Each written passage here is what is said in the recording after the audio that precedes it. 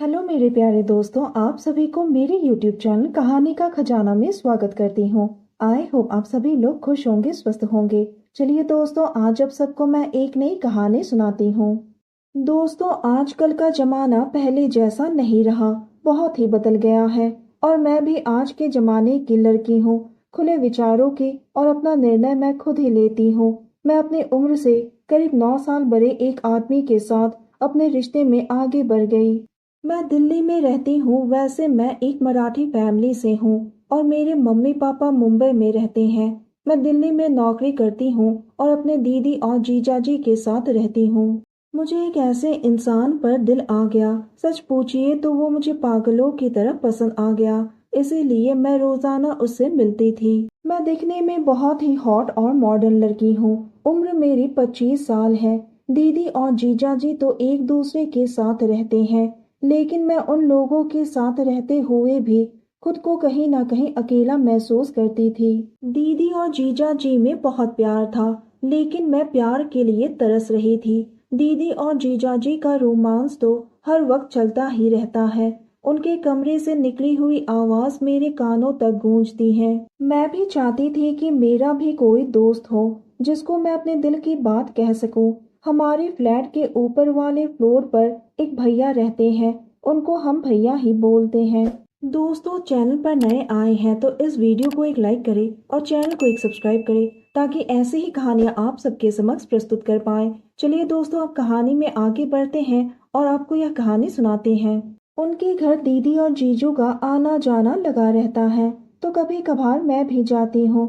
वो अपने फ्लैट पर अकेले ही रहते हैं, क्योंकि उनकी पत्नी उन्हें छोड़कर चली गई। लेकिन वो दिल के बड़े ही अच्छे इंसान थे। इसी वजह से मैं धीरे धीरे उनके करीब आ गई।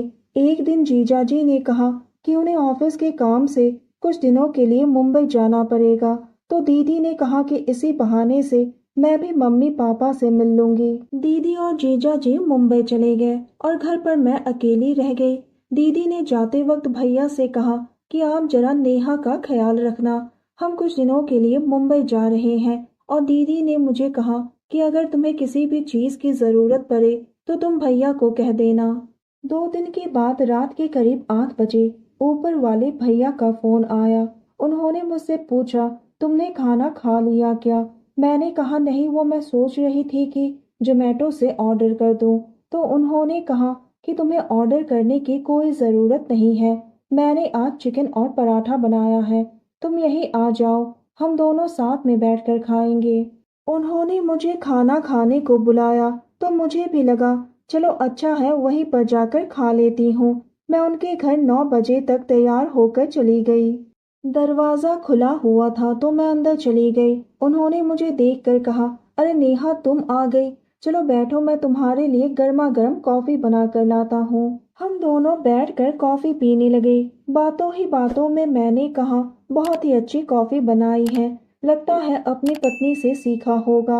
अब जब बात मुंह से निकल ही गई तो क्या कर सकती हूँ। बाद में मुझे एहसास हुआ कि ये मैं क्या बोल गई, तो मैंने उनसे माफी मांगते हुए कहा, वह गलती से मुंह से निकल गया। उन्होंने कहा कोई बात नहीं। थोड़ी देर तक तो वो चुप रहे, फिर उन्होंने ही अपनी पत्नी के बारे में कहा कि वो अपनी पत्नी से बहुत प्यार करते थे और उनकी पत्नी किसी और से प्यार करती थी, तो वो उसके साथ चली गई।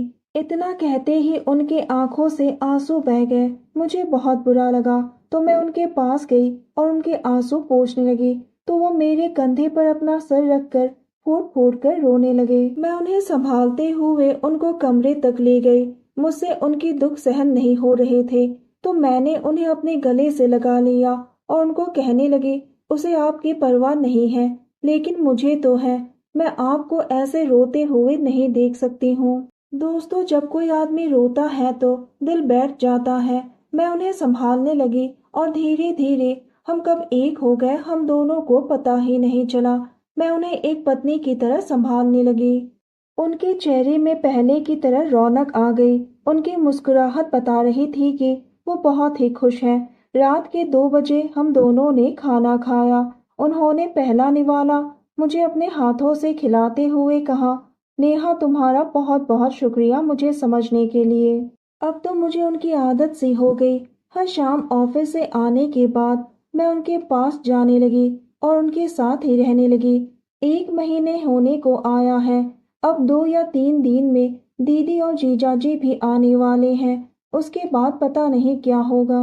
तो दोस्तों, यह कहानी सुनने के बाद आप सबकी क्या राय है, हमें कमेंट करके ज़रूर बताइए और साथ इस वीडियो को एक लाइक करें, चैनल को एक सब्सक्राइब करें और नोटिफिकेशन बेल को भी ज़रूर दबाएं ताकि अगली अपडेट सबसे पहले आपको मिले। दोस्तों, आपकी एक लाइक और सब्सक्राइब से बहुत ही मोटिवेशन मिलती है कि हम ऐसे ही कहानियाँ आप सबके समक्ष प्रस्तुत कर पाएं। आप सबने अपना कीमती समय निकालकर इस वीडियो को सुना, इसके लिए आप सभी को धन्यवाद करती हूँ। धन्यवाद दोस्तों।